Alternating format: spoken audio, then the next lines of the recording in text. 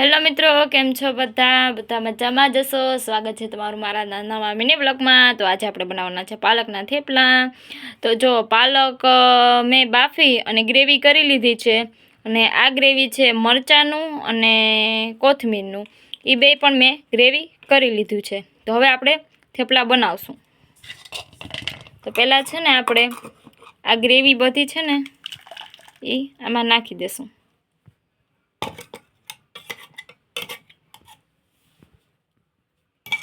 હવે આપણે આ જે મરચાંની ગ્રેવી કરી છે ને કોથમીરની, એ પણ આપણે સાથે નાખી દઈશું।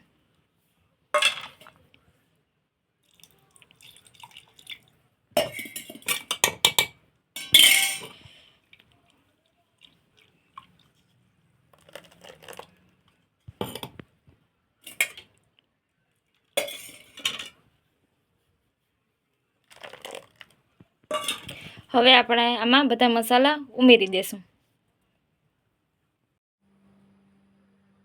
હવે આપણે તેમાં નમક એડ કરશું।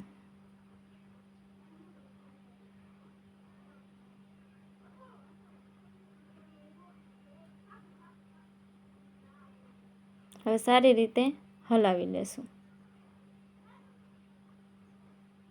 નમક આપણું સારી રીતે મિક્સ થઈ ગયું છે।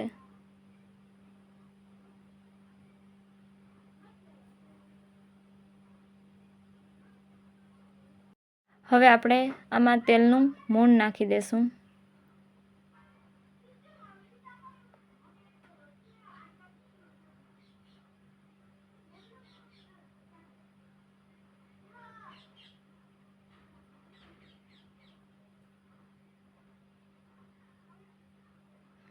હવે આપણે લોટ ચારી લેવું।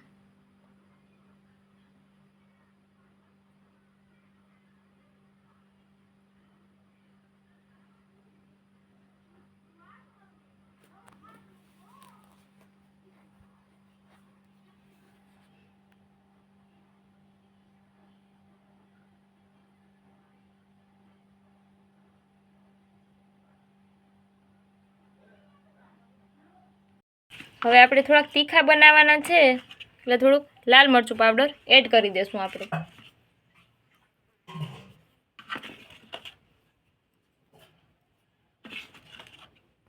આપણે સેજ કોથમીરી પણ એડ કરી લેશું માથેથી।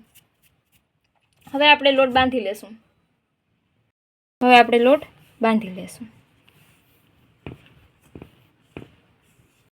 તો આપણો લોટ બંધાઈને થઈ ગયો છે તૈયાર। હવે આપણે થેપલા બનાવી લેશું।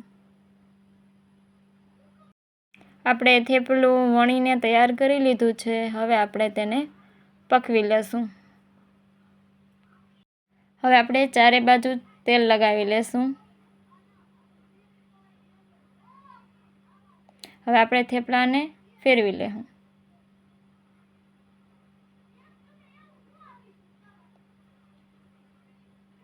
પાછું આપણે ચારે બાજુ તેલ લગાવી લેશું બે સાઈડ, એટલે આપણું થેપલું સરસ મજાનું બને।